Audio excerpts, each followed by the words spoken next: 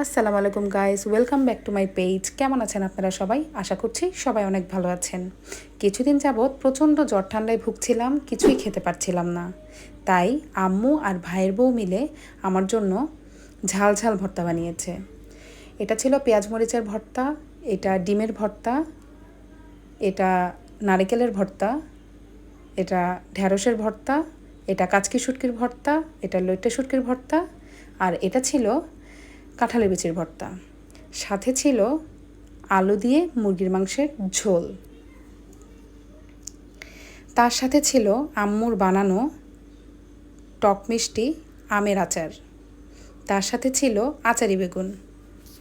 আজকে এই ঝাল ঝাল ভর্তা দিয়ে পেট ভরে খেয়েছি। আজকে ছোট্ট ব্লগটি আপনাদের সাথে শেয়ার করলাম। প্লিজ সবাই আমার ভয়েসটা ইগনোর করবেন। যদি ভালো লেগে থাকে আমার পাশে থাকবেন, আমাকে সাপোর্ট করবেন, আমার পেজটি ফলো করে দিবেন, আমার ইউটিউব চ্যানেলটি সাবস্ক্রাইব করে দিবেন। আল্লাহ হাফেজ।